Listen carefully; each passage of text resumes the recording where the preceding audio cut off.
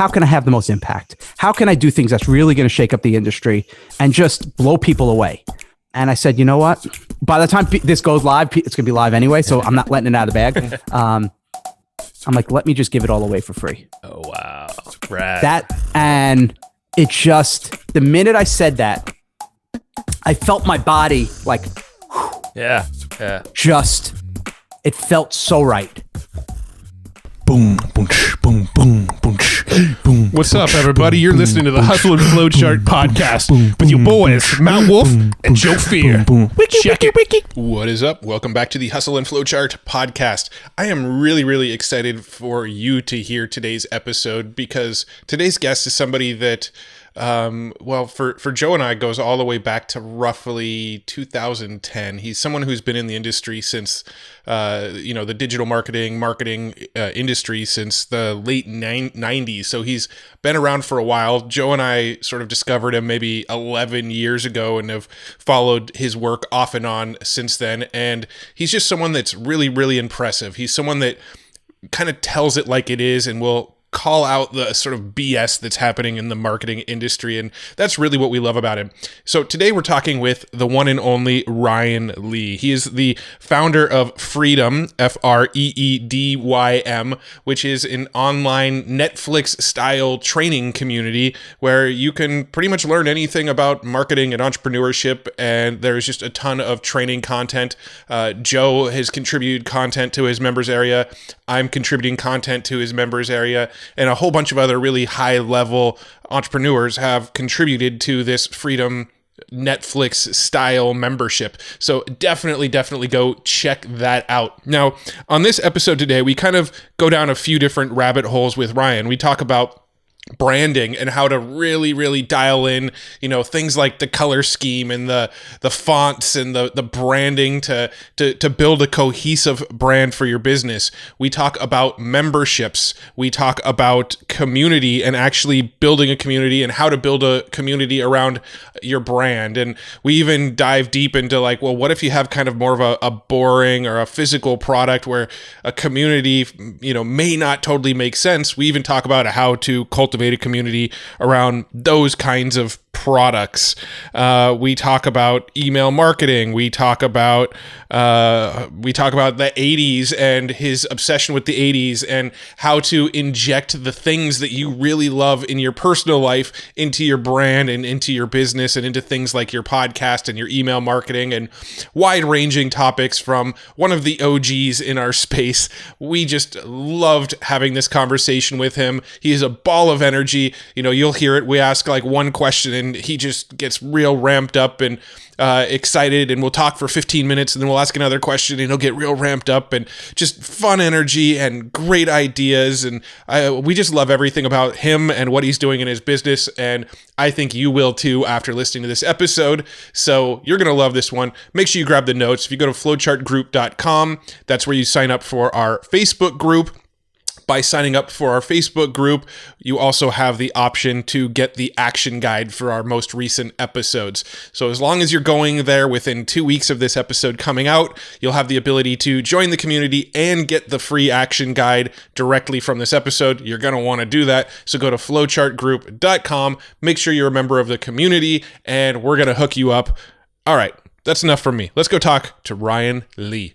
We're officially recording now. Thank you for hanging out with us, man. And I really wish I were in your man cave playing all those games behind you. I know. Yeah, it's always in these videos, and I'm like, damn it, that looks so fun there. It is pretty cool. And I wish I was there not reading all the books behind you guys. Believing I'm reading the books. I'm jealous of the Street Fighter too. I love that game.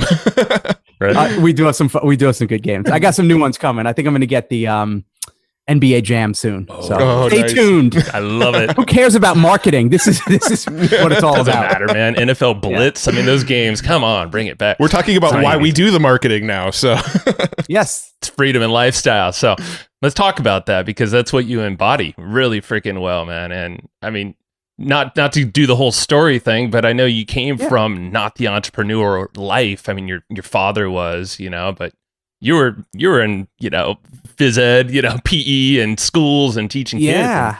I was definitely, I didn't think I'd be an entrepreneur. My first job out of college, I was believe it or not, a lot of people don't even know this is a profession. I was a certified therapeutic recreational specialist. So my college degree was in recreational therapy. So essentially like a play therapist.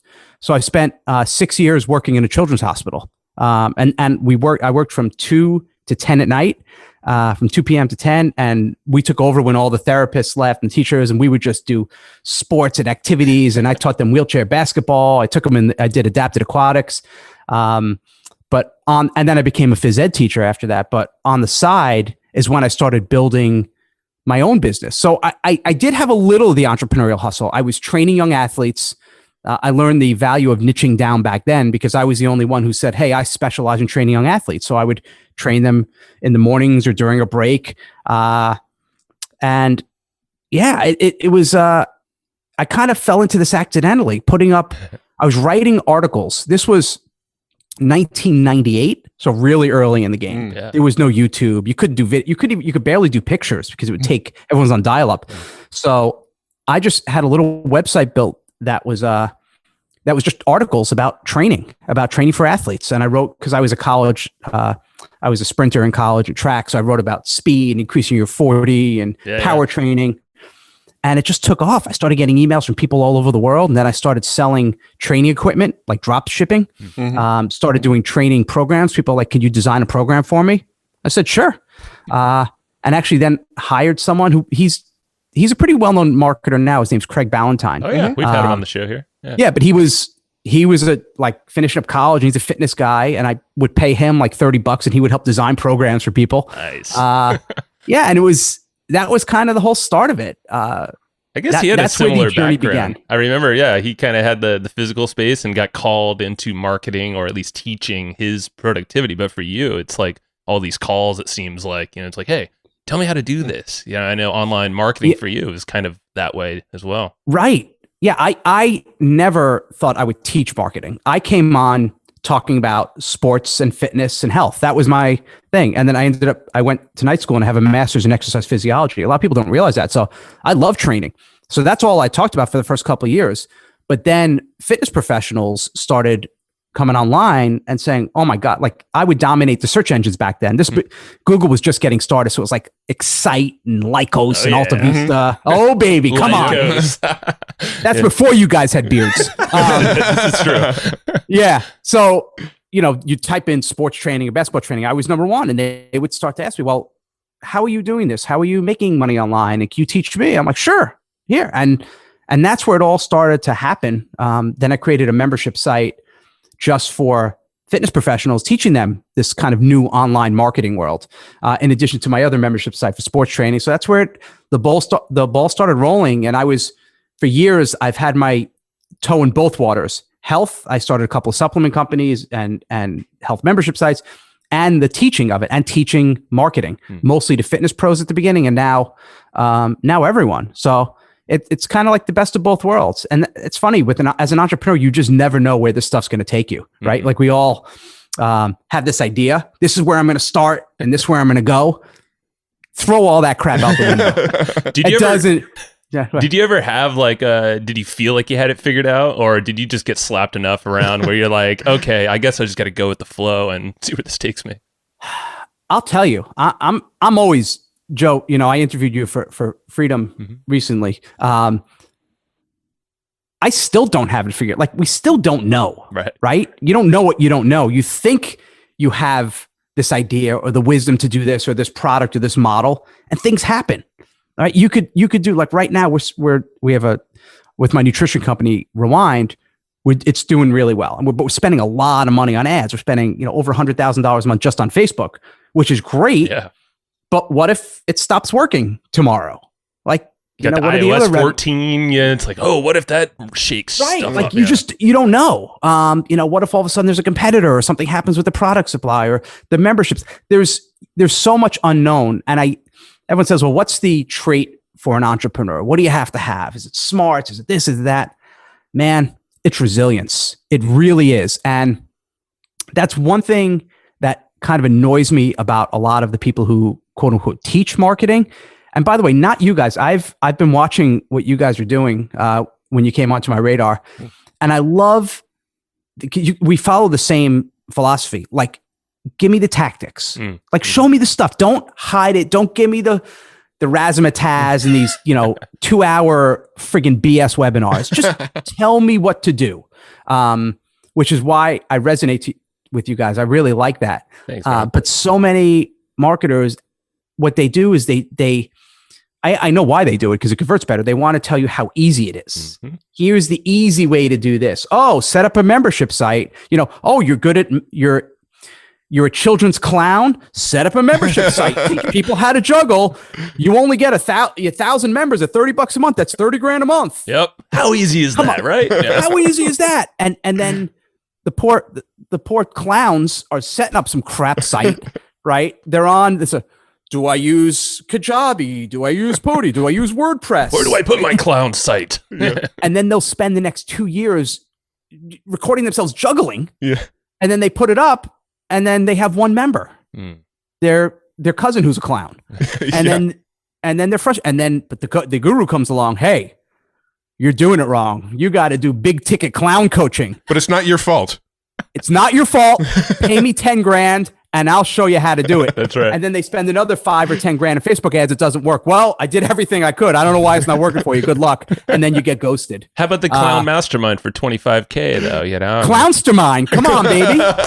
Love it. Branding 101. BYOM. Bring your own makeup.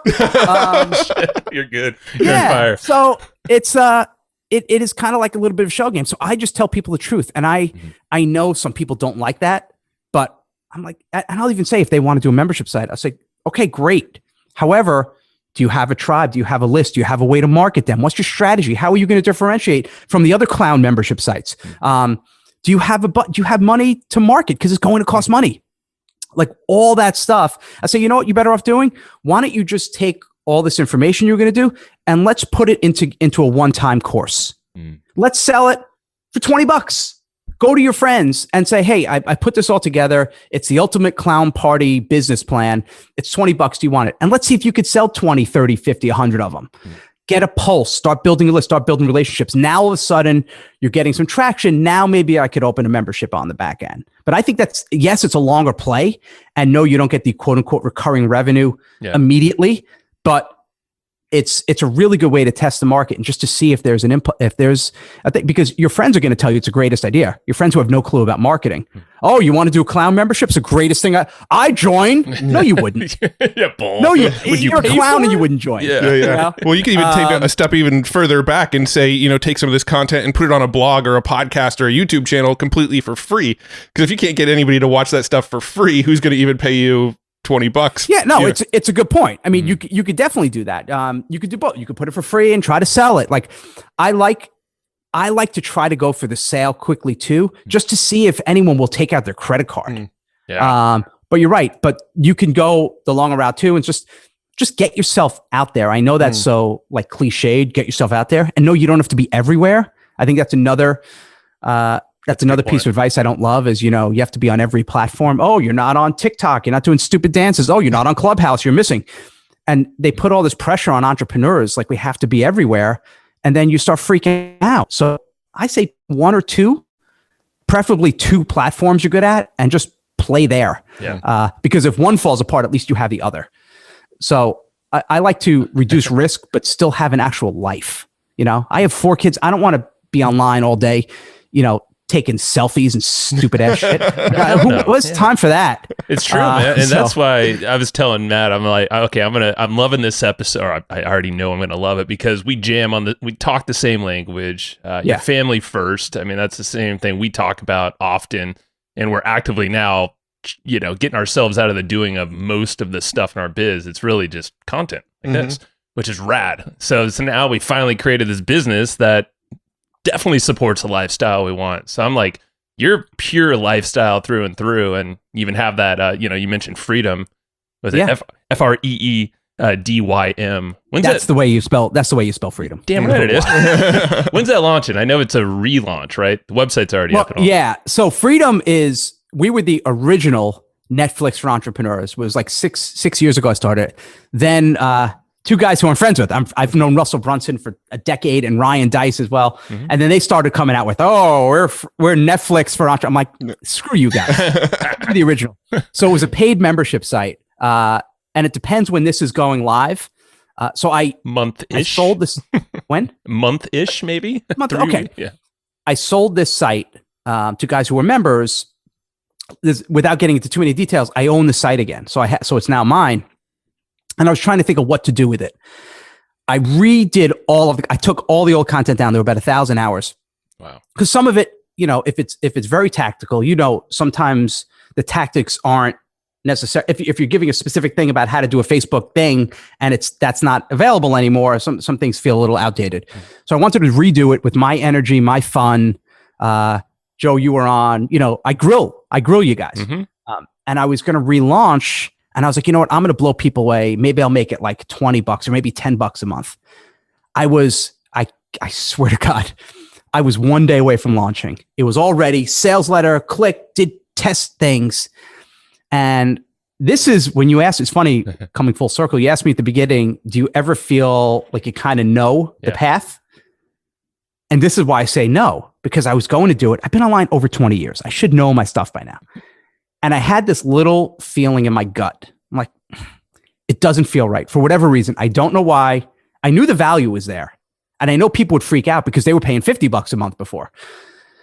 And I said, how can I? And I asked myself this framing question, because I'm at a different point than a lot of people are, right? I've built other health companies. Rewind is going great. This isn't about the money for me. So I know I have more flexibility, but I said, how can I have the most impact? How can I do things that's really going to shake up the industry and just blow people away? And I said, you know what? Okay, it's going to be live. By the time this goes live, it's going to be live anyway, so I'm not letting it out of the bag. I'm like, let me just give it all away for free. Oh, wow.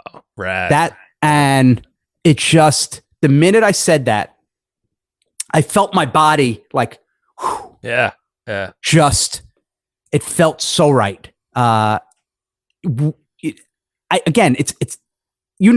do a membership site, a content-based, there's really not a lot of costs involved. Mm-hmm. There's just not, right? Especially if you're doing a lot of Zoom stuff or your own recordings. Unless you're hiring Spielberg to direct with like cranes, sure. It's not a huge cost. So I'm like, it's not a big cost. I can do it. I know I'm going to impact lives. And that was the idea. Like, I'm just going to give it, it's going to be Netflix. We're going to update it almost every single day. I love doing these interviews. I love doing trainings and meeting new entrepreneurs, and it's free. Yeah. How am I going to make money from it? I have a couple of ideas down the road. I'm not worried about it now. I'm under no pressure. So I'm going to take my time. I would love to build it to 1 million people. Mm-hmm. I think I can. So that's it. I love it. And that felt better to me. And sometimes we have to listen to our gut. And if we can ask ourselves that crazy question, because I'm sure a lot of people watching this are more content, right? Or experts, mm-hmm. right? They want to sell content. They want to sell courses, membership sites, coaching, IP. So I ask everyone watching this, what happens? Like, if you flip it and say, what if I have to give this all away? Everything, every single thing. And what if I'm not allowed to make any money for the next 6 weeks? How does that change my business? And what happens is all of a sudden you're like, you feel open. You're like, oh my God. And your feeling goes from, instead of saying, well, I'm not going to say this because I want to sell this and this is on the back end, to here I am. I'm here to help. I'm here to serve. And you will be shocked by how it attracts people. So it's just, and I'm not saying that, obviously, you want to make money, right? Somehow. On the back end, though. I mean, it's a longer game. But if you look at, like, if I say to you, who are some of the biggest names in teaching marketing? And I'm not even talking like quote unquote internet marketers like Russell or even Dice. You'd probably say people, the most well-known, that they're not household names, but the closest thing to in our world, maybe it's Gary Vaynerchuk, mm-hmm. or maybe Tim Ferriss. Yep. Right. Possibly even Grant Cardone. Everybody has their own flavor. It's all good. Right. Not mine, but hey, I don't judge. I don't judge. But I know Gary personally, and I know Tim personally, mm-hmm. but they pretty much give their stuff away. Like, it'd be really against brand if all of a sudden Vaynerchuk does I have a course on how to get your Insta following up. It's 997. You'd be like, what? Who's this? Or Tim, same thing. It wouldn't feel right. So I'm not saying that's the only way to market. And I'm not saying, again, you have to be like Gary and never sleep. But what I'm saying is they have a different model of just give it all out there. And they have other ways to monetize. Yeah. So there's no one right way. There's no one right model. Every model can and does work. And that's the other thing. God, I'm talking a lot. You guys asked me one question. This is amazing. Love it. It's like you wound me up. I feel comfortable with you guys. I have this way with people. I don't know what it is, man. Yes. But no, I mean, through all of this, because what you're just saying right here is literally why we started this podcast. And this is no joke, but we shut down all of our training programs, all the info products that Matt was doing for a long time. I was doing a lot more service-based stuff, so people to people. And we just decided, you know what? Affiliate marketing was covering pretty much all the revenue we needed at the time. So we're like, let's just give everything away for free and see what happens. And we wanted to grow a bigger brand, get a bigger community around us, grow the email list. So because we were confident, like you said, something's going to develop later. But give it space, give it time. And opening the floodgates, really, it felt like we just kind of gave ourselves this release of, we got to scale these. We got to, do we? Nah, we don't. So we cut all those ties. And then this podcast 4 years later, we're like, holy crap, it's the best thing we've ever done.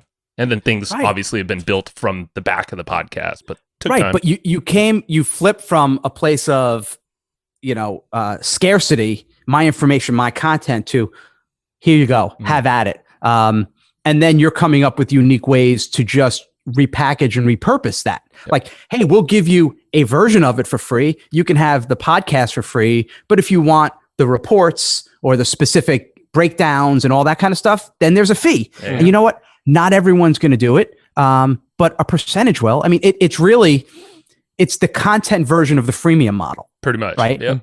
Yep. Software where you come in, where there's different ways to do freemium software, but one would be everyone gets the basic free software, right? Like maybe there's TurboTax or something, and you can file federal, but if you want to file state, there's a little extra fee. Mm-hmm. And depending on numbers, depending on revenues and pricing, you might make a lot of money having 5% of the people take that, or 10%. But by opening everything up, instead of attracting 1,000 people, you could attract hundreds of thousands or millions of people. So how are you doing this for Rewind then? Because you can't really do a total freemium model with an e-commerce brand, to grow that brand. I'm kind of curious how you get your story out there, you grow that community. Well, just to clarify, before you do, can you tell us what Rewind is, just for anybody listening? Because I don't think we brought it up yet. Here you go. I don't know if people could see. So these are, this is my health company. I started it about 3 years ago. I was a fitness guy. Yep. I'll just tell I hate talking about myself, but I'll tell this little quick story. Just I'll give you context. I became a business guru, right? I was traveling, eating too much. We had just had our 4th kid. This was over 10 years ago. Then my mom passed away from cancer at 63, and something happened with our supplement company. All of a sudden we went to like millions of dollars in debt. Everything fell apart, essentially. Yeah. Stress, eating. I gained about 40 pounds. I started having pain in my joints where I couldn't walk. And I was diagnosed with an autoimmune disorder called psoriatic arthritis. And it took a few years to really get it dialed in, but I didn't want to go on drugs. They wanted to put me on chemo. I said, hell no. Wow. And I just focused on simplicity, and I got back into the health world, and Rewind was my way to start a company that had products that were anti-inflammatory, but most nutrition. So the reason I think there's a few reasons I think Rewind is working. Number one, we have the best tasting greens on in the world. So whatever you sell, whether it's e-commerce stuff or it's information, be really, really good, right? Don't just slap together transcripts and say it's $47. That's lazy. The right? product better be rock solid. Yeah. Be good. Instead of saying what's the least amount of work I can do for a $97 a month membership, ask, how can I give so much so they're paying $97? They are not only happy, they're going to tell everyone they know about it. That's the shift. So the product's got to be good. And then I said, okay, well, I want to start this nutrition company because I couldn't find anything good to eat or drink. So I'm like, well, started thinking about my personality and what makes me different. And I'm like, I want to have fun because every other company, especially greens companies, man, they are so serious. Here are the 9 greens you must take. And, I live in a hyperbolic chamber and I get IV drips. I have this perfect kitchen with all of my veggies spread out. And you're like, no, you don't. You want to puke. I was listening to one guy. I'm not going to say his name. I was listening to a podcast interview because I wanted to see what he did with his company. Sure. And he's of course, a single guy. He spends $4,000 a day in a hyperbolic chamber and gets IV drips and has a personal chef mailing stuff and massage every day. I'm like, dude, I got 4K. I don't have time for that crap. Yeah, let's look at the audience. Like, what's reality in the spectrum of that's people? not real. Yeah. That's not real. So I want to just have a real company. I couldn't out organic them, or I couldn't out science them. Broccoli in a green drink is broccoli. It's broccoli. Yeah. But so if you ask yourself, how can you be different? How could you tap into what makes you unique and special? And mine was like fun and my insane knowledge of like 80s pop culture. Because I was born in 72. So I was a teen through the 80s. Yeah. And all I did was watch movies, like movies, TV shows, music, my record collection. I've always loved it. And I'm like, well, rewind. And I came up with the name Rewind because it was about rewinding the years because I lost all that weight. I reversed my autoimmune. I don't have any pain anymore. And I'm back to the same weight and pant size I was in high school. So I'm like, well, it's like rewinding the years, but rewind also has that double meaning of rewinding a VHS tape or, a boombox. If you guys remember those. Of course, man. And then I just kind of played into that. It's my buddy, Michael Fishman says, for me, it's almost like the wallpaper. It's not the only thing. Like we don't overdo it, but we want to have this sense of fun and play, and you can eat and you could work out and you could still have fun doing it. So I think that's what makes us different and unique and special on a business tactical thing. Cause I know you guys love tactics. How does this play into what you guys do? So now I'm going to put you guys on the hot seat. Please Ready, do. Joe and Matt? Okay. Each of you, let's start with you, Matt. Give me something you like, some kind of hobby or is there a band, something that doesn't, and don't say reading books and marketing. That's what do you like to do? It's a hobby. Maybe no one even knows about this, or it's a band you're a fan of, or like something. Give me something you like. I do jigsaw puzzles. Cool. See, Joe, did you know that about him? I did, but he doesn't speak about it much. First time publicly right here. Does everyone on your list know about that? Unlikely, no.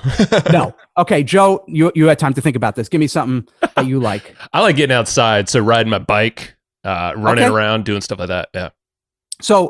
So I challenge everyone, can you think of things that are not directly related to your product or company, but still make you human and fun and different and unique and something you're passionate about? So Matt, jigsaw puzzle, perfect example. Like you can talk about jigsaw puzzles.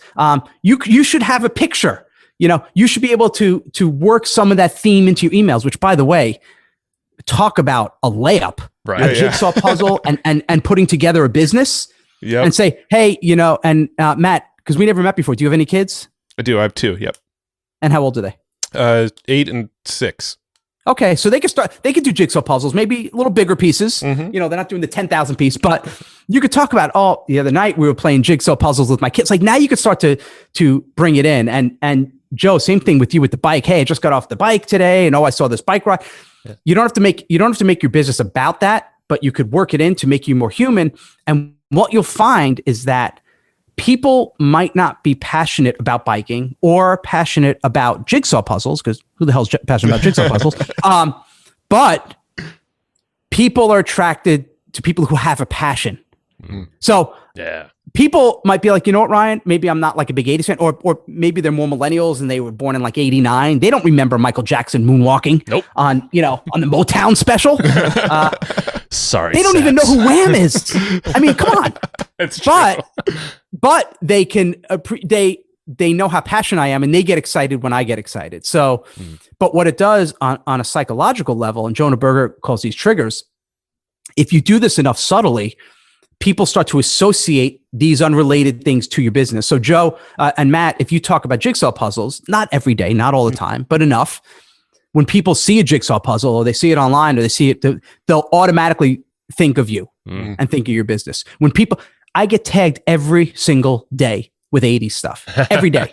Oh my God, I saw this new song by, Billy Idol, or did you see, Stranger Things?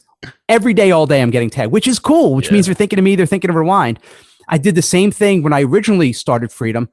Every day I'd start off the email, hey, it's Ryan, and I'm sitting here at Starbucks writing, because that's what I would do. I'd work from a coffee shop and write my emails to the point where I would get tagged and they'd say, hey, I'm at Starbucks, the Freedym lifestyle. You were giving him the lifestyle, and they're basically like, yeah, that must be it right there. Starbucks. Right. But to the point where they would, every time and I get that, they say, man, I was at Starbucks and you were the first person I thought of. Wow. So it doesn't mean they're going to go to Starbucks and then get out of my way and run to the computer and like join up for Freedym right away. Right. But it's just, it's a way to keep you in mind. And it could be for anything. Let's say there are some musicians that have really big followings. There are people that are Iron Maiden fanatics, Springsteen fans, right? So if you're passionate about that, or motorcycles, whatever, find ways to bring it. It also makes you more human. And it's incredible how few people do this. They only talk about the topic. I'm a fitness person, and every email is the 7 best ab exercises, the 3 best foods to eat. And I like to get away from that. And I like just to be a real person. And I think it reflects because our community is about that, and they know us, like us, and trust us. And we're completely transparent, and it's fun. It's a window into your life, and it's a new angle that they're not used to, probably. Well, I was just going to say, going back to your point, at the very beginning of every one of these episodes, we actually, the intro to these shows is beatboxing. I don't know if you've heard it. Joe beatboxes, and I just kind of talk silly over Joe beatboxing. And that's literally the intro to the show. It's like a little 15-second thing that we do. When we go to like conferences and or we jump on Zoom calls and things like that now, people will come on and go wiki wiki or like they reference the beatboxing to us all the time. Like we are now like we actually removed the beatbox from the intro for 2 episodes, and our Facebook community flipped out and said, "What the heck happened to the beatboxing?" The coolest thing ever. Yeah, I love it.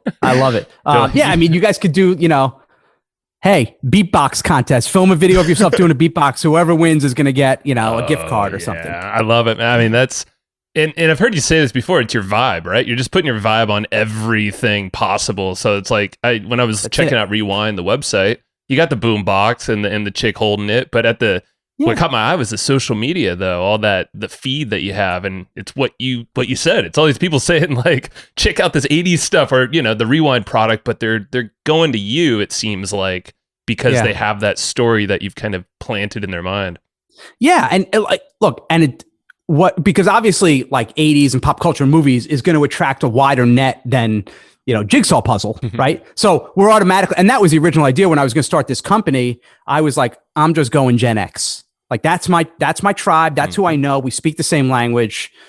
I could say 8675309 and they know exactly what that means, right? If you know what that means, you're in my crew. But what I started seeing was, again, that idea of you don't know what you don't know, right?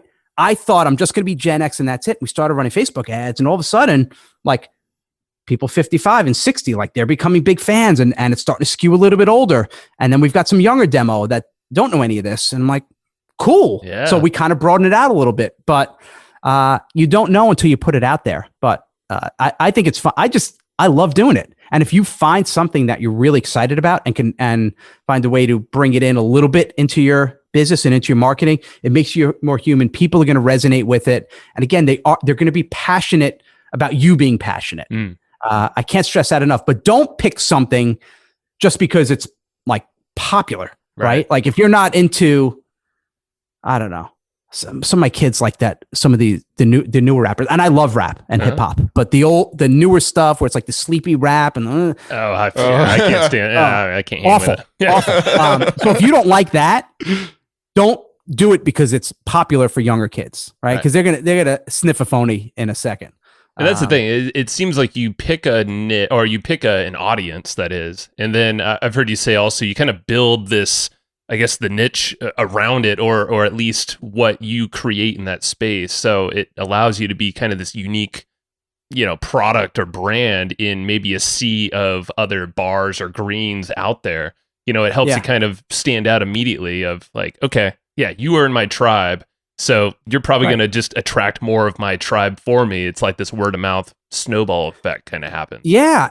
Well, you know what's crazy is that most people, when they build a business, the first thing they do is they look at their competitors, right? They start. So let's say I was building a bar business again. The first thing they would do is look at every other bar company and start to see the similarities. And you get blinded. And all of a sudden, your company looks just like theirs. Same thing in the information marketing space. When was the last time you saw a product in the quote unquote internet marketing world that didn't end in a 7? Right? It's too much. Yeah. It's insane. Or their marketing all looks the same and the same type of headlines and the same type of stuff. And again, a webinar, like you know what it's going to be. Here's this, and here's what we're going to learn, and here's the story, and here's what, and then all of a sudden it leads to this, and here comes the pitch. You could see it a mile away. And what I recommend people do, and what I do, I look outside of my industry. I didn't look at bar companies. Like when we were doing a redesign of our labels, because our brand was evolving, the first thing I did was I went to a site. It's great. It's called Beehive. It's amazing. For graphic inspiration. I started looking up. Oh, you guys are going to write that down. You're going to put that in the notes. It's the one note I wrote. No, I'm just kidding. We have a lot of notes. Oh, actually, you know what? It's not Beehive. It's Behance. Oh, come on. Behance. Yeah. All right. You see, I want to screw you guys up. I think it's like behance.net. Okay. And I would type in things like craft beer labeling, Yeah. coffee companies. And all of a sudden, you see things completely different. You're like, oh my God. And this takes you on a different journey. So I've always done that with my businesses and marketing. I don't look at what everyone else is doing in my industry. I look at other industries. I was looking at mattress companies like Purple and seeing what their copy looked like and what their layouts were and what their colors were and their graphics. And I don't think people put enough thought into graphically how they're going to separate. Right. They're so obsessed with the copy. And yes, copy is so important. It's so important. A crappy headline and they're gone. However, how much effort do you put into standing out, graphically? Is there a brand? Is there follow through? Like, does your font from the logo match the font of the other things and the color scheme? And I know it's a small thing, but if you want to build an actual company with legs where people are going to trust you as the go-to source for that particular type of information, there's something to be said about a consistency of brand and messaging and vibe all the way through, as opposed to, hey, I'm Johnny Guru. Here's how to juggle for 20 minutes. Here's how to make $1 million with an ice cream machine. And there's like these unrelated products. And now you've got 10 URLs and you're trying to build a Facebook page around each one of them. And you're doing a separate Facebook group because you're doing a launch. And now you've got 1 million properties and you feel overwhelmed and you cry into your pillow. Don't cry into your pillow. Yeah, it's not worth it. No, pick one brand and like, what's your umbrella brand? And then you could build products underneath that. Bingo. It's like an asset gathering hunt. Yeah, you have your umbrella and you have all these different little arms that happen. That's pretty much what we're going to do with this launch that we talked about. And probably by the time it's live, it's out. Or this episode's live. It's going to be called Pod Hacker, and it's exactly what you just said. We're investing really for the first time into our branding, colors. We have great copywriters and all these folks that are helping us do this, because that's the stuff that Matt and I aren't looking at. Naturally, are these like, oh, is that a shade, or is that the hex a little different on that red to this one? Which literally happened yesterday. We're like, you can't see that? I'm like, no. But I know it matters, and it's gonna touch everything. Yeah. Well, you know what? You don't realize how much it matters until you see a company that has it together. And you look at their site and everything matches and everything feels like it's related and it's all part of the same family. And there's a feeling of comfort in that, especially if they buy something from you and you deliver a good experience, right? You deliver a good experience. Now they like you and trust you. And now there's going to be a much greater chance they're going to buy more stuff from you, as opposed to just every time feels completely different and unique. And there's no flow through. So it's good you guys are looking. Like there are color palettes that match with each other, right? As opposed to, running to Fiverr and getting the cheapest book cover, or worse, doing it yourself. Oh my God. Someone will spend 8 months writing a book, and they won't spend like $200 getting a cover done or $500. They'll do it themselves in Microsoft Word, and it's like some clip art from 1985, with like a paint. stupid looking dog, Yeah. and like the lime green font in like cartoon font. The cartoon font. I was just thinking of that. Oh, and you're like, please stop. How to build your own $1 million business. Come on, man. From somebody who won't spend $200 on a book cover. Right. Yeah. Oh God. Don't get me started. No, it's true. I mean, I'm happy you brought this up. We just had Dan Norris on the podcast recently, and he was talking about how he's using a lot of branding to, he built WP Curve and launched that and, sold it all based off of a lot of what you're saying in the brand. He's doing that in the craft beer space too. I'm like, so this stuff translates all over the place. You're doing the same thing here online, of course. Now you have e-com stuff as well. That's been cooking for a while. I mean, it's just so cool when you start to think of there's other stuff as us marketers we're not really thinking about a lot of times. We might be all obsessed with copy on, copywriting or Facebook ads, slapping together creatives that we think are going to catch attention, but maybe we're not thinking of the full brand and what the umbrella, feel is when someone enters our ecosystem. Yeah, no, you're right. And most don't. We think very short term. We think immediate return. We think, what was our ROAS on that Facebook ad? Right. And they're not thinking longer term. I'm not saying that stuff isn't important. We look at our numbers every day. Absolutely. But what we also look at, especially with the e-commerce company, is the customers, how many are return customers, right? Whereas I'm guessing most companies would be, 95% new, 5% returning.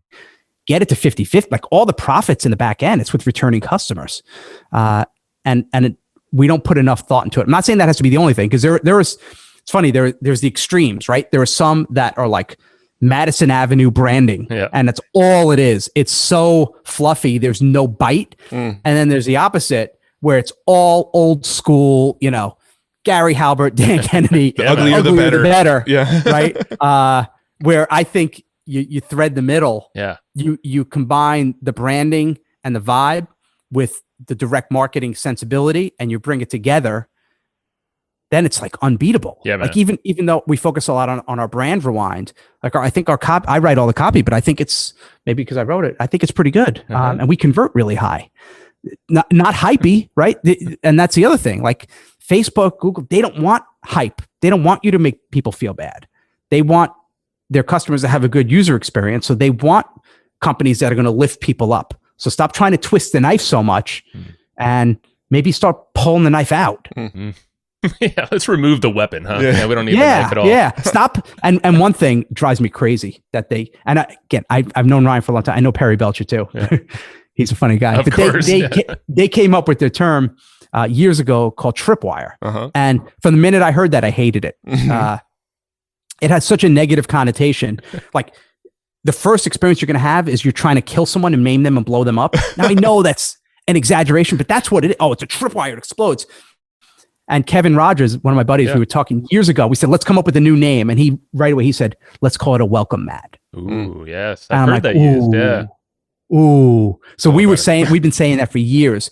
And when I was coaching someone, I'll never forget this, years ago, this holistic MD, like great practice, successful, doing all this great stuff. He's like, yes, Ryan. And what I'd like to do is set up the tripwire. I basically screamed at him.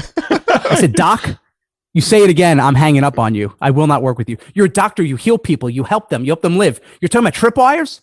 He's like, oh, I never thought of it like that. So no tripwires. No welcome mats, my friend. I like that. Welcome mats. Yeah. How about when it comes, language matters. It does. Absolutely. Well, that was actually, it's funny enough you said that, because with communities, and when you're building a community or a tribe, are there things that you pay attention to? I know we've talked about, naming a community before being super powerful because, it puts you part of the tribe. But when it comes to language and maybe specifics, like, I guess I was actually going to ask about naming your community and maybe some of the things that you do in the community to harness engagement and really keep people around you. Right. Well, that's the first thing, is coming up with a name for your community. Yeah. Just like I look at it as like you're a band. I love music, so I love using music analogies. But think about bands. Yeah. Right. What do bands do? A popular band has a name for their fans. Kiss, the Kiss Army. Yeah. Right? You can go pop. Justin Bieber, the Beliebers. Yeah. Deadheads. Yeah. Deadheads. You want to go? You want to go? Which one? Deadheads. What did you say? Something about Gaga? Gaga. What she has? What Little Monsters? I think. Little Monsters. Yeah. Right. Yeah. So look, you want to go American Idol? We'll go Claymates. Clay Aiken. That's right. I know, Joe, you were a huge Clay Aiken fan. Big time, bro. You went to his concert a few times. Little meet and greet. Okay, cool. fine. Don't I don't tell judge. everybody, man. You're creeping on my Facebook too hard. I actually I like all music, but that's the first thing is to try to think of the name. So for Rewind, I call them, and they're starting to call themselves the Rewinders. Yeah. Right. And you said your new brand's going to be Pod Hack? Pod Hacker. Yeah. I mean, right there, that's what they are. Hey, Pod Hackers. Yeah, it's in the name. Yeah. You know, instead of hi customers. So that's the first thing is making them feel like they're part of a tribe. And then in your tribe, so if we're talking, let's say specifically a Facebook group, what I've learned about leadership over the years for a long time, you know, and I was captain of my high school and college track team and won the leadership award in college for my department. I'm not saying that to brag, but I've always been, I kind of step up as a leader in the roles I take. And I think the number one reason why people will follow it comes down to one word, and it's integrity, right? They have to know they can trust you. And as marketers, sometimes we don't always do the best job of that. We're so concerned with making a sale and using hyperbole and trying to exaggerate things that people don't really believe you and trust you. So it's about leading with integrity and knowing on the email list, in the Facebook group, they have to know you have their back. They've got to know that. So if you guys, I know you guys are a heavy affiliate model, heavy affiliate driven. You have to know that they're good programs, right? And knowing you guys, you wouldn't promote something if it's a crappy product, even if it's the best commission in the world. Right. They could say, we'll give you 95% commission. If it's a crap product, you wouldn't promote it, which is why they're going to stick around. But not everyone does that. They only care about the commissions. What's my EPC and how much money am I going to make? And they don't care. And then they're the ones who always have the churn and burn issue. Like, oh, dude, I don't understand. I'm losing all my subscribers. And I launched a membership site. No one bought it because they don't trust you. So they have to know you have their back. And people, when they come into our Facebook group, they know I have their back and they know I'm going to protect them. So we say, we have rules like no spam, none of that crap. Our whole philosophy is be cool like the Fonz. Hopefully they get the Fonzie reference. Right? Yeah. Hey. He was the greatest, Arthur Fonzarelli. No kidding, man. But we just try to keep it cool and no negative stuff. That's it. Like if we see people negative, complaining, political stuff, delete. And we explain why. We decline. Hey, we appreciate you being a part of the community, but we're not going down that path, or we're not going to say this. And that's it. And even today, I posted this morning in my group, I posted a picture of hands of all different colors and races all together. And I said, thank you for being here. Thank you for putting your trust in us. And we're here together in this crazy thing called life. So let's just continue to support each other, have fun. And so many comments. Oh my God, we love this community. Thanks for a safe space. Thanks for positivity and enthusiasm. Nice. But we don't do that enough. And being humble, being a humble leader, a humble servant, right? Showing humility, not just about you in front of your fancy cars and house. And that's cool if you got it.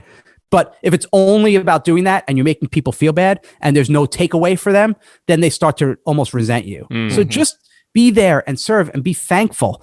Little things too, like showing appreciation for your team in the group. Yeah. I do that all the time, publicly. every couple of weeks. Yeah. I'll show, hey, this is our team. This is our fulfillment team. This is Ingrid and Osmanda, and I'll tag them and thank you so much. You guys are the best. I couldn't do this without you. You know, people say, oh, Ryan, thank you for doing this. I'm like, it's not me, it's my team. So when they see you doing that, when they see you as a leader, thanking other people and being grateful and just being a kind human being, they're going to gravitate towards you instead of always making it either about the specific content or only about trying to sell them something. You could have your content stuff. We still have nutrition stuff. We still have recipes. We have some workout stuff. Yes, we'll do promos and stuff in there, but a lot of it is just other conversation and it's fun stuff. It's on brand with us. Hey, we're making an 80s mixtape. Add in one of your favorite songs below.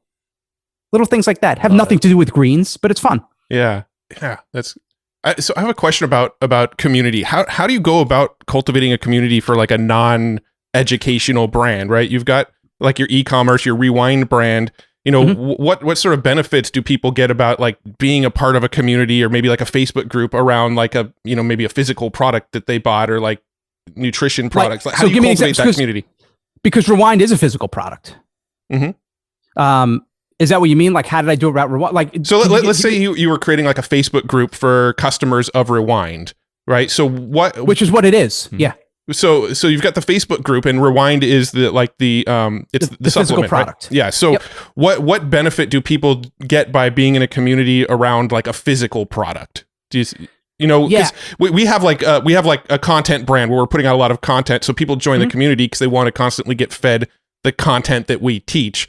So in like if somebody's already kind of sold on your product and they're getting your product and using your product, where does the community element sort of fit into that mix? Well, there still would be, in most cases, there still would be content around the product. So for example, our product are greens. The natural educational content would be nutrition. Right. And health, because they're taking the product because they want to get healthy. If it was a product that was something about, I don't know, some type of, like maybe your product was e-commerce for motorcycle parts, what would you do? Now it could be about the motorcycle community. Right. Hey, it's all about being on the bike. You're not going to have a whole group around a Phillips head screwdriver, but Gotcha. If it's around the motorcycle and the lifestyle, then, hey, show me a picture of you on your bike. Oh, we're going on a ride today. Oh, did you see that new path that opened up? Oh, what do you think of the helmet laws? Oh, did you see this cool motorcycle jacket? Who's seen Easy Rider? You know, there's so much stuff you can talk about with pretty much anything. If you e-commerce company that does microphones and podcasting kits, you could do it about publishing and podcasting. There's very few I don't think you could do it about. You know, would it be trickier to do it around a furniture company? Probably, unless it's more about like family. Well, the way the way I'm kind of thinking about it, because it's an interesting question. It's kind of weird to think about it. It's like, okay, who wants to be in a community of a product specifically? But when it's the stories and it's this education, you can wrap around the thing. You know, it's like the thing is just the mechanism. Like Rewind, the bars, it's just a tool to allow you to get healthier, but you build these recipes, the experiences, the community, and things around it that people are like, oh shit, okay, cool, I could do that, or I can buy this other one because it's going to help me do this. So it, it's that bond that keeps them around, hovering around. Yeah, and I think most e-commerce companies don't add that dimension to the product. They make it just about the product. Right. It's how big is it? How many does it serve? Where is it manufactured? How fast does it ship? And there's no humanity. There's no story. There's nothing. There's no bigger thing around. There's no movement. Yeah, behind the scenes, even, it's like people love that stuff. Well, I think I'm just sort of jaded because I'll see like Facebook communities or Facebook pages around specific products, and then the group or the page, they're constantly just like, hey, 20% off today only, and it's like, which is not the way to do it. They're posting, and nobody pays attention. No. Ours is the absolute opposite. Our members post a lot more than I do, and they're posting, look at the recipe I made, or look at this, or every day I'll ask a question that's more of a conversation starter that has nothing to do with Rewind. So for example, I said that 80s mixtape the other day, because we talk about nutrition and stuff, and I'm not preachy. Our philosophy is all about moderation. Like, I'm not saying you should never have a cookie for the rest of your life or a slice of pizza. Who the hell wants to live like that? Right. So we're all about moderation. So I said the other day, brownies, edge or middle. That was it. There's like hundreds of comments. Oh, totally edge, by the way. Oh, yeah. Are you edge? 100%. Oh, totally. Yes. Crunchy, man. I'm middle. You like that. Right now. I go right for the middle. But it's funny, like the kind of back and forth. But you see, it doesn't have to do with my greens, but it's still fun. It's different. It's like, if we went to a pod hacker event, right? Let's say a year from now, there's a big event, right? You guys have 1,000 people there. Mm-hmm. Dudes with beards. We're looking good. We're looking sharp. Hoodies, right? Hats, beards. Beards. During the session, great. It's going to be about the training and the tactics, but in the hallways, it's not always going to be about that. Right. There's going to be other stuff. Oh man, did you see that show on Netflix? oh, what are you doing? Oh, do you have any kids? Do you have any pets? Like there's other conversation. We're still fleshed out human beings. So I say get away from just being about a product or even about a piece of content and make it more about the human being as well. So I like doing that. And just as long as it doesn't feel forced and it feels natural. Yeah. So I think that's the perfect way to wrap it. We're just getting started. This is part 1. All right, bro. Let's go. All right, let's move on to point 2. What do you got for it? I think you asked me one question and I spoke for an hour. It's a chat, man. Yeah, no, I think it's at the end of the day, though, it's be a human, and I think a lot of us do forget about that because we're so close to the thing that the product or offer that we're launching, the thing that we think is the most valuable, which it might be, but there's life happening around the edges, and we're no different. We're freaking humans. So it's like, let's not forget that we have this tribe. I think that the analogy of a conference, our pod hacker conference, is a perfect one. Because in the hallways, you're chilling in the hallways with people that just seem like you. That's the community you're building online. It's just reflected in that way. Yeah. And I'll just say one more thing. I know you guys want to wrap this up because I know you like your takeaways too to put in your sheets. You've been creeping on us too much. Here's my thing. Here's the one thing. So the way I bring this all together too, I have this thing. It's about heart and smarts, right? Mm-hmm. The heart is coming from serving and truly having empathy and feeling, not just looking at the people as a mark or, oh, I sold them for 10 grand, like looking at them and how can I help them and how can I make their life better with products or services, whatever you have. So that's the heart, the emotion that I want to really help people.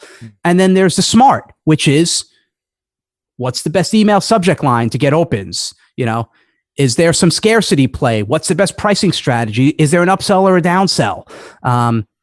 What does the funnel look like?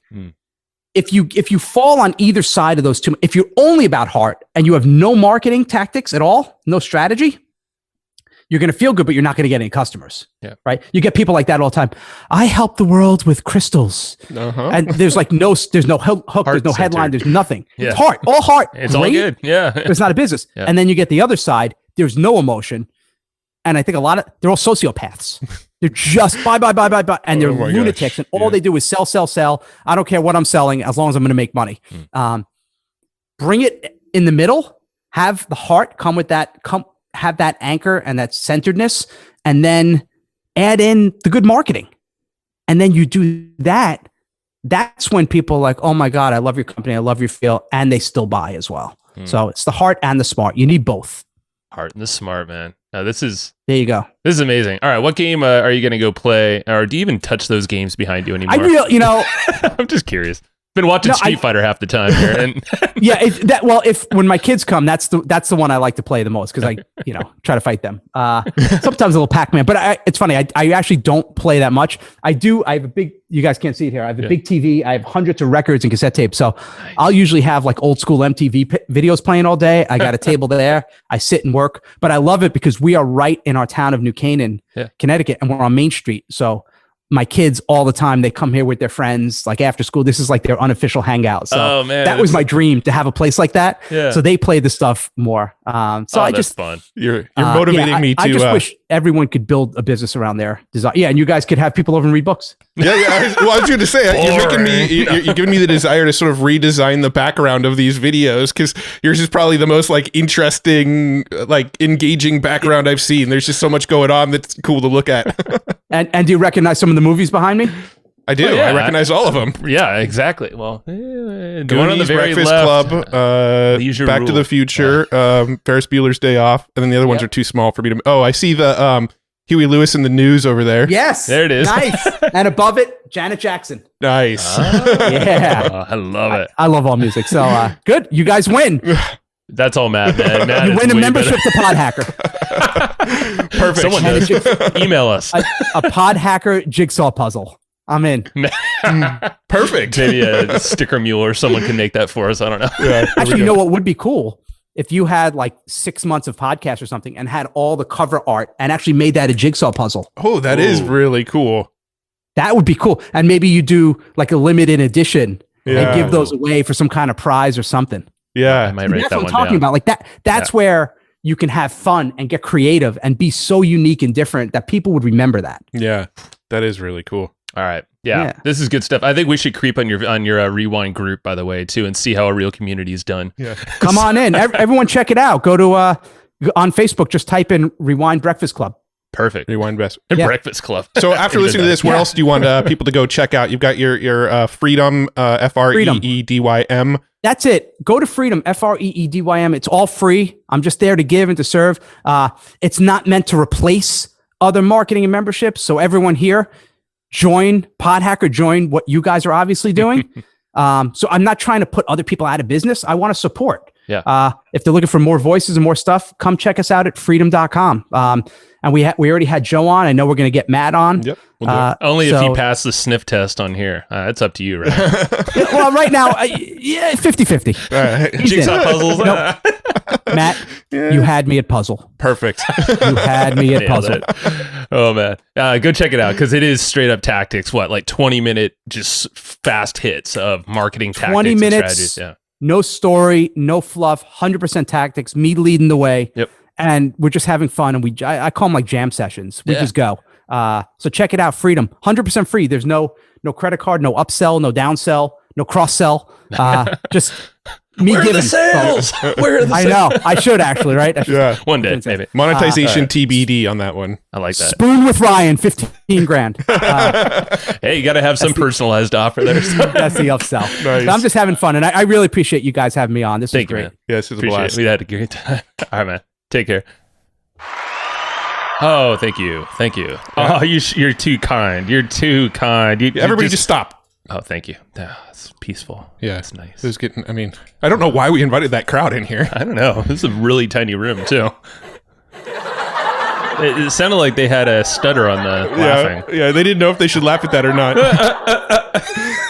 All right, everybody, quiet. Quiet. Yeah. Okay. They really quiet. They listen well. Yeah. Okay. Well, let's just keep them in the corner, and you be quiet. You, Jim. Yeah. Okay, Jim. Jim's a funny guy. All right. Moving on. Yeah. So a little behind the scenes. If that's on your bingo card, check it off. Behind the scenes. We just got a new Rodecaster Pro mixing board, and that's why we're playing with these stupid sound effects. I think they are going to increase our downloads and revenue, and no, they're just fun, y'all. Yeah. It looks like a bunch of Christmas lights on our desk now over here. It does. It does look very Christmassy. It's lots of greens and reds. So festivus. But this is our first episode ever using this Rodecaster Pro, and we kind of needed it because it was a pretty ghetto rig that we were using before where I can hear myself in one ear and Joe was able to hear himself in the opposite ear, and then True. there was a mono mix of whoever our guest was in our ears, and we didn't have mute buttons on our microphone, so we couldn't like mute if we had to cough or something, and we didn't have sorry Jacob, you have to cut out all that. yeah, but now I can do things like this. Hey Joe, tell a joke. Hey, knock knock. Who's there? Your mom. Your mom who? Your mom. Shoot, I don't have a joke. Your mom. Yeah. I haven't told a your mom joke, but I really should think of your mom jokes. Knock knock. Who's there? Europe. Europe who? No, Europe who? Ah! See, you have kids that you could do these jokes with and play do. with. I have a lot of dad I'm not at that jokes. stage yet. I have a lot of the dad jokes going on. Give me another one. This is good. Well, it's hard Knock, when you're knock. on the spot. Knock knock. Who's there? Oh, I know. Wait, hold on. You're supposed to say it. Oh, I mean, I don't have any off the top of my head. I'm not good on the See? spot. Knock knock. Okay, good. Oh, you have one. You found one. Well, it's Who's a dumb there? one that everybody's heard. Oh, Interrupting cow. interrupting cow. Who? Okay, let's talk about Ryan Lee, because that was an amazing discussion that we just had, and we're just sitting And we're here playing. butchering it. We're playing with our stupid soundboard. Okay, sorry, Ryan. I know. Jesus, Jim. I told you to quiet up over there. Yeah, I know. These guys just won't shut up. My God, I think this cheers actually. Oh no, that's laughter, huh? That's laughter. Ryan, are they laughing at you? They're laughing with us. With us. Yes, they are. Okay, that's very nice. Okay, they quieted up. All right, let's actually talk about this episode because, yes. Sorry to everybody who had to listen to the last 3 minutes of that. I mean, we have skip buttons for a reason, That's but true. We ask you politely not to use them in most cases. but But now you could retroactively use it? Like, what? I mean, maybe that's just a rewind 15 seconds and you can hear it all over again. Just Yeah. a few pop, pop, pop, pop. All right, Ryan Lee. This, I was extremely excited to bring him on the show. I did have a chance to record with him on his Freedym, his membership site, or what's going to be housed in his site, which should be live right about now, it sounds like, with the timing of our podcast release. I'm not sure if he actually said a date that it was going live, did he? I think he just kind of said, by the time this comes out, it should be live. Yeah, but go check it out, because, I mean, it is extremely tactical. I've seen the types of folks that he's bringing in there. I mean, Ryan's been around the game a long time, so he knows everyone. So he's getting the best people in there for you. I was actually thinking it through while we were on the episode of like the first time I came across Ryan Lee's name, and I actually remember at the underground seminar, Dave Sinek was, I think he introduced us to Ryan Lee, like very, very briefly at the underground seminar. This is probably 2010, 2011, somewhere around there. And Ryan was at that seminar, and we just met our good buddy David Sinek, and I'm pretty sure he introduced us very briefly to Ryan, just like in passing. I wouldn't doubt it, because Ryan's out in Connecticut. I mean, it sounded like that was the kind of event, and that was in DC. And it was a while ago, man. So that was probably in Ryan's, really, really hitting it hard in the internet marketing days. Yeah. But I just had a good time.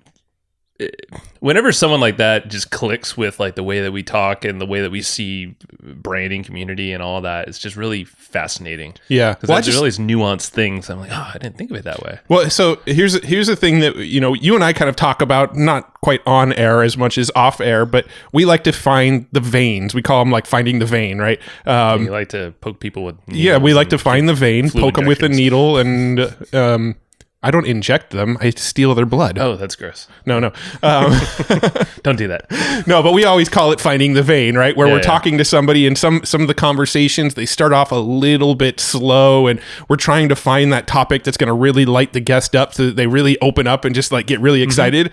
I feel like with Ryan, from like moment one, before we even hit record, we're just like, all right, cool. This guy's like on already. We found the vein before hitting record, which is rare.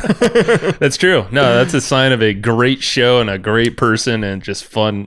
There's probably going to be a lot more fun episodes or things we'll be collaborating on in the future, ideally. You know? So, and I mean, there was so much to unpack here. I want to preface and say, get the notes, because, we did kind of jump around all over the place. We just had a great conversation. So make sure you get the action guides to this episode over at flowchartgroup.com. That's going to get you in the Facebook group. But more importantly, it's getting you those notes. And make sure you're fast. Yeah, you're actually doing this within 2 weeks of this episode going live. Go to flowchartgroup.com and plug in your email address. Make sure to do that, because that's how you get the notes. Yes. And you'll get community and notes. But yeah, it'll be very, our mission on these notes is to always make sure they're in an order that's very easy for you to consume the most tactical nuggets of wisdom that were dropped on this episode. Yeah. Because sometimes they're scattered about, but we make sure we save your time there. So flowchartgroup.com. And I just wanted to say that first, Matt. You want to say it first? Well, yeah. Well, I want to know what some of your big sort of takeaways were from Ryan. So I really like the fact that I like how it was actually at the very end of it, the community, and your question was interesting actually at the very end. I had a hard time figuring out how to word it properly. Yeah, no. Well, I understand that, because with you doing that, I think it forced both Ryan and me, because I didn't know what you were asking to. To be honest, I thought you were asking a question that he kind of already answered.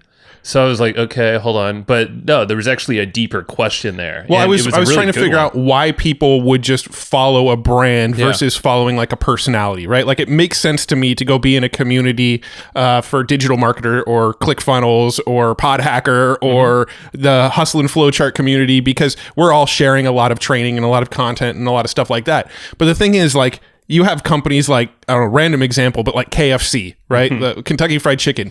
They have communities and they have like Twitter accounts and they have social media. Like, why do people follow those? Like, why would somebody follow a brand knowing full well that if you follow a brand, you're probably going to see more advertising for that brand or more promotions from that brand. Sure. And that's where I think I was trying to like find some clarity. It was like, why would somebody follow a brand versus following like a personality or follow an idea, right? Like I almost feel like if you follow the hustle and flowchart community, you're kind of following an idea. You're being a part of like a group of like-minded people, right? We're all entrepreneurs that sort of have an online element to our entrepreneurship. We're all trying to focus on growing our audiences. We're trying to find new ways to monetize our audiences, right? Like we all sort of collectively have this common goal in our lives and businesses. And so these communities make a lot of sense to me. But then to have a community of like, you know, I don't want to use his rewind because I think he made a really good explanation of it. But like, think of like any other like physical product brand. Let's say talk about KFC. I mean, it's like, why would somebody follow that like brand? Yeah, and that's probably like the biggest or the widest or the furthest away example you could probably make from rewind. That's probably true. Very inflammatory, fried foods as compared to Ryan's not inflammatory. But yeah, I mean, we should get KFC for lunch today. How about not? I feel like not having a heart attack today. It does sound amazing though. Bucket of chicken. Jesus, Colonel. Sweet deal with that whole thing, how they worked out that whole arrangement. The Colonel's family is still getting paid on royalty for chicken. Look it up. It's interesting. No, I don't know this. But that's side tangent. But just the fact that, Ryan, I think, explained it really well. And it actually, I feel like we all ping-ponged on that idea, that question you put out there. But I think that exposed the root of what he really does well, Ryan. And also in a community and brand is, you're creating this human bond. Like we actually joked, this was off air, but like he's like, I just want to make a dang course that's just, connecting humans and be better humans together online. And it's like, I want to be on that thing. Here, hit me up. There's a way that we can contribute to that because I think at the heart of it, that's all he's doing. And that's all a good brand. If they want to cultivate a community, they have a really good product. Obviously, you got to have a great product that has a meaning and purpose and beliefs behind it. And then all you're doing is kind of, it seems like you're creating like a shell or this barrier, this ecosystem around the product really. And you're just telling stories and you don't have to talk about the product. Like he's like sending polls out about like 80s movies, music. I mean, you can, for us, jigsaw puzzles, bikes. We could think a little harder on that. But he did make a good point about the jigsaw puzzles. It's like a puzzle is actually a perfect analogy to a business. Like, hey, don't you hate it when you finish the entire puzzle and you think, I finally nailed it, and then you look and there's a gap, there's a hole in the puzzle that's still there. That's like, man, you spend all this work to get here, and there's still one missing piece that just doesn't let you finish the job. How many analogies can you flip that into for business? Anyway, and you could string it out in emails. It's like, I'll give you another puzzle piece tomorrow on this whole. The picture's going to come together by the end. I promise. There you go.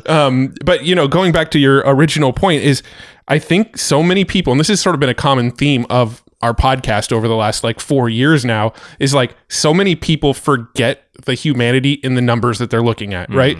You look in Google Analytics and you're just looking at numbers. You're looking at, how many visits did I get? How many unique visits did I get? How long was the time on site? What was the bounce rate? Like you're looking at all of these data and numbers. You log into your email list, like your active campaign, and you look at how many subscribers you have. You look on Libsyn or whoever you're hosting your podcast with, and you see how many downloads you get. And we always forget that like these numbers represent human beings, right? On the other end of every one, just one. So, you might have a list of 100,000 people. Every single one of those people on the list is somebody that has, fears, that have struggles, that get excited about their business, that there's something in their business that's just not working right now. There's, they've got family drama that they're trying to balance with their work drama. They've got vacations. Like these are all real life human beings that are just out there coming to places like us for help, for the next step, for that like little piece that's going to like that final puzzle piece that's missing on the puzzle. Right. And I think that's kind of the big point that Ryan's trying to get across here is like, just remember the humanity in what you're doing. Remember that these analytics are all actually people on the other end. I think that's huge. Yeah. And I know we've talked about it a lot lately too, and I think it just rings truer now than ever when we're all, you know, a lot of us are Zooming all day and doing all this stuff by digital. You know, we're not going to offices mainly. So, and this is why it's been so cool with me hopping on calls with a ton of our listeners and customers. You know, we sent an email a couple weeks ago at the time of this recording, and I think I booked something like 20 calls or whatever. It was like 15-minute jam sessions, actually. You know, Ryan was saying he calls this Freedym sessions, jam sessions. It's kind of what I felt like, but it was so cool to connect with a lot of the folks listening to us right now, you know, and hearing their stories, the businesses, how long, countless people.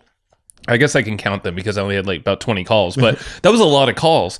But like almost every single one of those people listened to every one of our episodes. A couple of them actually started from the very beginning. Wow. Episode 1. And it was John Bannister. I will call you out because you're freaking awesome.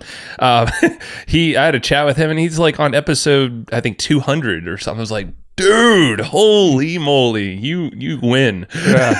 But it's like, it's that, and then I started realizing the impact of what we have, how we're impacting people's mindsets, but also business, their lifestyle, and this whole, this trickle effect, or not trickle, it's a freaking snowball effect, you know, because we're literally shaping lives through influence, and you know what we're just saying here, and the people we're bringing on. I know we chatted a little bit about this, but it's the human side of things. And like, you can't lose in you listening right now. I mean, think of your brand. We all have a brand because you are a unique person with unique interests. So people get attracted to that. All you got to do is create, but like be cool and remember their people and create a little community. And you can have a rock star business if you want one. It takes time, of course. It's not easy because we talked about that, but it's not rocket science either. Yeah. No, I couldn't agree more. And then I also really loved the branding discussion too. Like it's something that I think over the years, being in the digital marketing space for as long as we have now, we've almost seen this like evolution of like, in the beginning, everybody was saying you want long form sales letters, VSLs don't work, make it ugly, don't worry about the design. Yeah. And I just remember seeing all of these pages that had like a gray background, but then like a white box in the center, and then just like long form sales copy with like maybe one image. And the image was like hated it. A fake Polaroid of like the person who was writing the letter, right? Like from like 10 years ago, and they're like not gray and losing their hair or something. Yeah, and it's always a picture that looks nothing like what they look like now. That's just being lazy. Yeah. Here's my high school varsity photo of me on the football team. I'm now 38, but that was me when I was jacked and skinny. Yeah, before I had gray hair and a beard, chest hair, popping up over your neck. But yeah, like I remember there was like that sort of concept of like just make it ugly, right? But I remember being like gravitating towards the nice designs. I remember wanting to read the sales letters that I'm like, ooh, this looks like really like graphically pleasing. I remember. Who doesn't? Look at Apple, and like they're the biggest freaking brand. Like there's a reason why there's books written. You have a book it's right here. It's called Apple Design. Like there's a whole freaking book that Josh Bartlett actually gifted to us years ago, and there's power in design. I feel like we have ignored a lot of that, or we've just drank the internet marketing Kool-Aid, or copywriter Kool-Aid maybe, which I would think that copywriters actually believe, designs definitely supports the narrative. I would think so. Yeah. Obviously not discounting copy at all. Yeah. You know? Well, I think, and this was brought up on the conversation, but there's got to be that balance, right? Like, I don't think you need to get the most polished website in the world. Like, I don't like to disparage companies, but this is a company we're both customers of, so screw it, they're getting our money. Like Superhuman, right? Like, I think they went too far in the like, let's try to make this like a unique experience for our, instead of just having a freaking buy button on their site to sign up for Superhuman, they make you jump through all these hoops, and like their sites are just very minimalist, very sort of basic. And I'm like, I think they're thinking of like branding and like being different, but they're just making the customer experience kind of a pain in the ass. Maybe. I don't know. Yeah, it just depends with the intention, I guess, the model. Not every model is the same, but actually I've never been to their website, so I can't speak into it. I just use the product. Yeah. But I mean, it's a $30 product and they make you get an onboarding call to even be able to use it. It's kind of ridiculous. You haven't gone through the onboarding call yet, Matt, but it's very helpful. I actually really liked it. It's a unique model though. It's different. It's definitely not the norm. So I could see it being, but maybe they're just brilliant for doing it. Who knows? I don't know how the business model is doing. It seems like they got their shit pretty figured out though. Yeah. They just hate volume. They hate getting a lot of customers all at once. I mean, I kind of respect that. For $30 a month? Anyway, I don't know their model. Basically, the point is you can go too far in one direction. I think you could go too far on like being hyper focused on design and making and going, oh, that's not quite right. I mean, we know people like that who, they put out products, but they take years and years and years and years because they're fine tuning stuff that nobody cares about that much. Yeah. Right. But then we also know the people that will slap out copy, use like the automated copywriting script tools, use it right out of the box, throw it up there and slap together junk and push it out to their list as well. So like there's the extremes on both ends. You got to find that balance. And I do think that balance exists somewhere where you actually do get like a professional logo and a professional like brand style guide where your colors and your fonts and all the kinds of stuff that we're doing now with our branding that we've never thought about in the past, I think is that like kind of perfect middle ground. I don't think you need sort of perfect pixel perfect design on all your sales pages, but I think you need to have like a consistent brand that's recognizable. I totally agree, man. Yeah, and let's speak into what we're doing because I know Ryan mentioned Pod Hacker more than we did. Yeah, we should probably talk about it because it's kind of a big thing we're working on, and I don't know when this goes out, but I think it's right around the time when we're starting to share Pod Hacker with our folks. So, I mean, we're literally creating this new brand. I mean, it's obviously we've had, not obvious to all, but we've had Pod Hacker as an offer before. But now we're actually growing a brand as this solution that we've been called upon by so many times is how do you do the podcast thing, content thing, grow an email list community and make money with it all? Like, how do you do that? So this is finally us presenting that in this foundational course. But in addition to that, there's going to be this monthly ongoing, these chats with us. So, these open office hours where we're hanging out with you for hours every month, but also we're bringing in the top tier guests that are our experts in these topics that we just talked about, amplify, community, and monetization, but mainly for podcasters and creators or businesses that are aspiring to do that kind of thing and wrap it into their business. And that's where it's this blend of digital marketing and podcasting and creating, and when I say creators, I mean like some, written blog and YouTubers can benefit, but we're leaning into the podcast side of things because that's kind of our world too.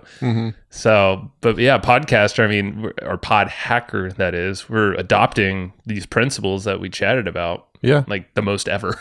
Well, it most likely is live by the time this episode came out. I'm not 100% sure, but if it's not, then there's a place where you can get on the early bird list and it would be open fairly soon after this episode comes out. True. So you can go to podhacker.com and either way, either get on the notification list or go get more details and sign up. We're super pumped on it. Yeah. But we got to wrap this one up here due to time constraints. But make sure you also check out Easy Webinar.